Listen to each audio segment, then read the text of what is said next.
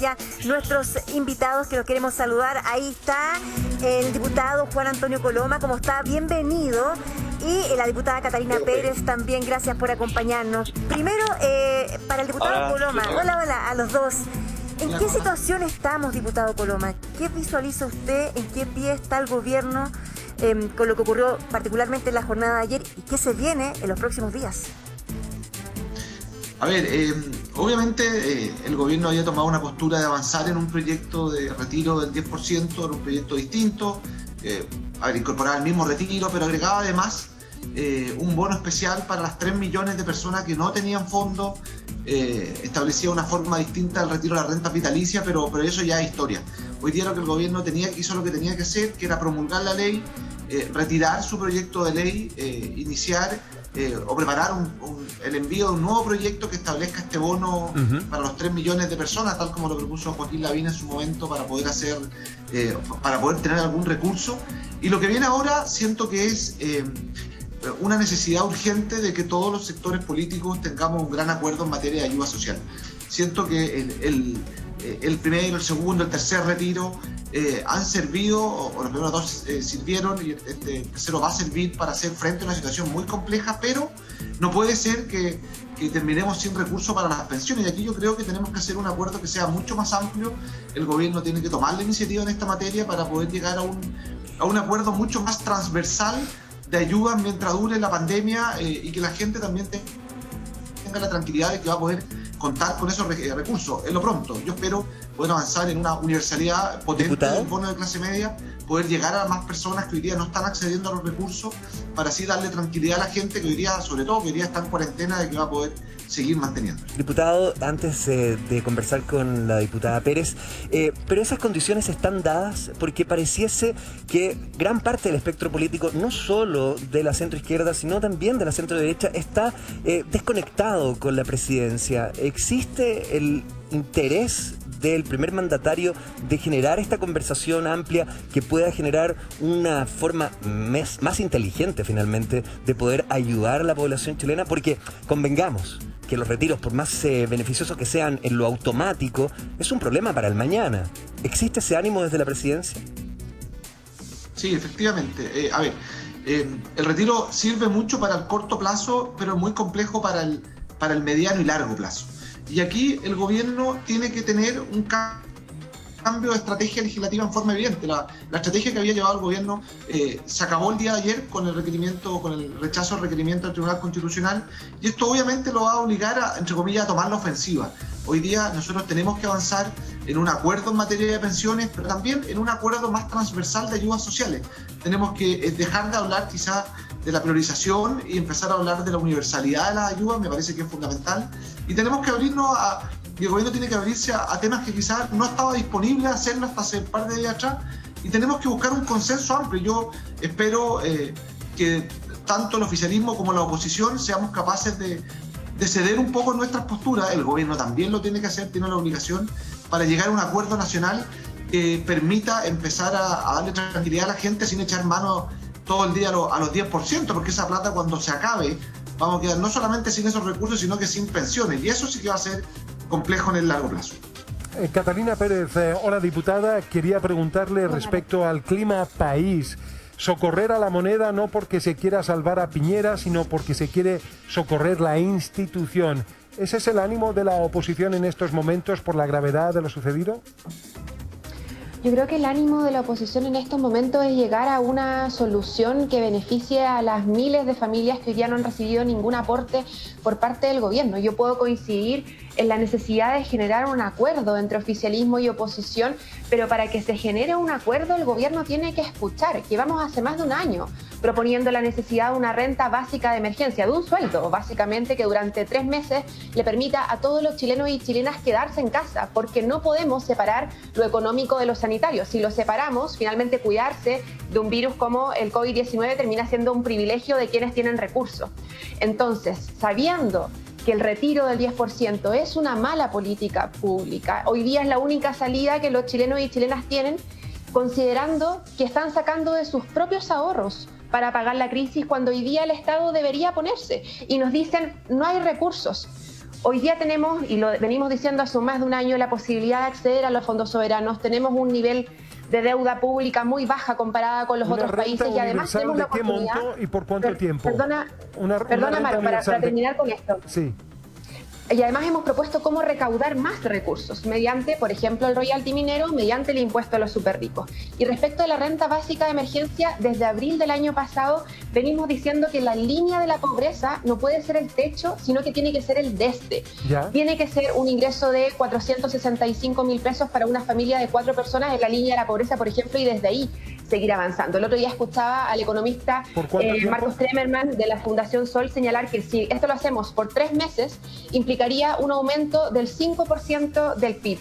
Perfecto. Hoy día hay países que han invertido mucho más que eso a la hora de echarse la mano al bolsillo para proteger la estabilidad económica de las familias de Chile. Esa debería ser la propuesta y a lo que se abriera el gobierno para realmente ponerse con las familias que lo necesitan. Diputados, una de nuestras características es tener siempre la voz ciudadana en vivo y en directo. Le damos pase a Marilyn Pérez, que está en la calle. Queremos escuchar a los ciudadanos. Adelante, Marilyn.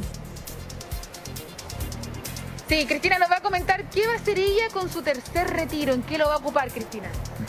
Hola, bueno, para las necesidades de ahora, a muchos de nosotros que somos pequeñas pymes nos ha bajado enormemente el trabajo por las cuarentenas, los encierros, y necesitamos esa plata para el día a día. Claro. ¿Y para eso, para comida, para subsistir. Cristina, esta situación en la cual usted ahora va a recibir un tercer retiro para ayudarse en lo urgente, y digo ayudarse porque es usted con su dinero, pero ¿cómo observa el mañana, 5, 10 años adelante? ¿Qué cree usted que va a pasar? Yo realmente lo veo complejo, lo veo crítico. Primero que nada por el tema de que si vamos a continuar con temas de los virus y encierros y cuarentenas nos va a perjudicar enormemente. Entonces eso es preocupante, y también las pensiones a futuro. O sea, yo creo que sería ideal que los congresistas, que quienes son los que determinan estas leyes, dieran la alternativa de una APB, una alternativa que uno pudiera sacar todo y utilizarlo como quisiera, o guardar y ahorrar y para la futura pensión. No así de pichintunes, porque más adelante no tenemos la certeza que va a pasar con eso. Y eso me asusta, me preocupa. Cristina, no sé si lo dijo o no, discúlpeme, ¿le quedan fondos? ¿Cuánto le queda si llegara a jubilar? ¿Cómo ve el panorama también? Crítico. Yo voy a tener muy poco, nada jubilación, y es poco lo que me queda de retiro, de plata. Entonces sí, lo veo difícil, y creo que lo que más necesito es más trabajo. O sea, lo que yo pienso el día de mañana, que no tengo seguridad de una buena pensión, es trabajar y trabajar. O sea, eso me interesa. Lo que más me importa ahora es que bajen un poco las cuarentenas y tengamos la libertad de poder volver a trabajar. Oye, Cristina, hola. Por un lado está el tema económico, hola, pero por otro lado también el tema político. ¿Sientes esa sensación de vértigo, esa sensación de que el país está transitando por una cornisa, un poco, verdad, observando oposición y gobierno, unos y otros? Sí, me doy cuenta y lamento todo eso. Me lamento que los políticos, la élite política, que estamos hablando, los tres poderes, finalmente se pasan discutiendo, están peleándose y solamente están pensando en sus intereses políticos. No están pensando realmente en la ciudadanía. Me molesta cuando hablan del pueblo. ¿De qué pueblo se refieren? ¿A sus propios adeptos políticos? No a todos. Entonces eso me molesta, eso me da lata, porque finalmente yo casi no escucho muchas cosas que ellos dicen, porque digo, van a decir lo mismo, perdón. Sí, van a decir lo mismo, que el pueblo, que esto, este otro, pero finalmente la ayuda no llega, finalmente no piensan en nuestro interés. ¿Sabes por qué? Porque ellos viven en una cúpula, ellos no viven nuestra realidad, ellos no se suben una micro, un metro, no se sacan la mugre, no andan en una feria comprando, ellos tienen otra vida, entonces no entienden nuestra realidad.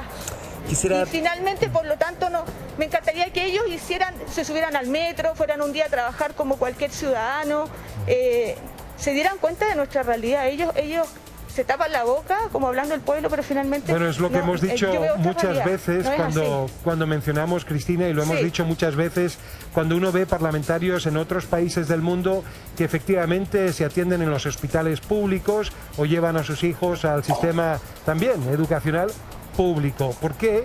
Por un tema simplemente de coherencia. Cristina, si me lo permites, me gustaría recoger lo que estás señalando y preguntarle a la diputada Pérez. Hay algo que a mí me conflictúa mucho, diputada, que tiene que ver con este gesto de las celebraciones por los retiros de las AFP. Ver aplausos, ver abrazos, de verdad, porque encuentro que es un fracaso de la política y sobre todo de la política de centro izquierda. O sea, que hayamos perdido la posibilidad de hacer entender a la estructura organizacional del país que un bono universal era lo que se requería en estas circunstancias y que nos hayamos conformado con ir en una pelea por los retiros. Entiendo perfectamente que es urgente y que la gente necesita dinero hoy día, pero la gente está tomando sus ahorros y no hay perspectiva hacia adelante. ¿Qué le pasa a usted cuando ve en la Cámara de Diputados estos abrazos? ¿Usted participa de esos abrazos, de esas felicitaciones? Explíqueme, por favor, porque yo de verdad no lo entiendo. No participo de esos abrazos y esas celebraciones porque creo justamente que hoy día no hay nada que celebrar si es que los trabajadores y trabajadoras tienen que costear con sus propios ahorros la crisis. Cuando el gobierno, cuando el Estado perfectamente puede ponerse, y lo hemos demostrado no solamente una, sino que 2 o 3 veces. Me da mucha impotencia cuando vemos al gobierno, y perdonando al diputado Coloma que hoy día está presente, celebra al inicio de la pandemia un bono de 60.000 pesos. También. ¿Quién vive con 60.000 pesos? Cuando el ministro de Economía nos enseña que con un sueldo mínimo una persona puede vivir. ¿Saben cuánto valen los arriendos en una región como Antofagasta, la que yo represento? Carísimo. Entonces, cuando el ministro de Salud se sorprende de cómo la gente vive allegada en los campamentos o en las poblaciones de nuestro país, ni siquiera en las poblaciones de nuestro país, sino que cualquier persona de clase media, hablamos de un gobierno que desconoce la realidad que viven los vecinos y vecinas, y así no se puede gobernar. Y yo digo, no hay ninguna culpa en no conocer. Pero si no conocemos, entonces escuchemos lo que nos está diciendo la gente. ¿A quién se le ocurrió que era una buena idea llevar el retiro al Tribunal Constitucional cuando era la única esperanza que la ciudadanía tenía? ¿Quién tomó esa decisión?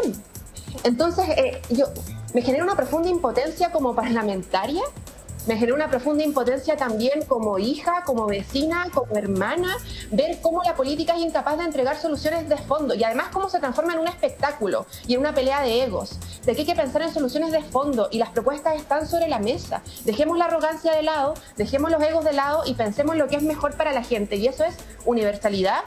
Eso es una renta básica de emergencia ahora para que todos y todas puedan quedarse en casa y cuidarse no sea un privilegio.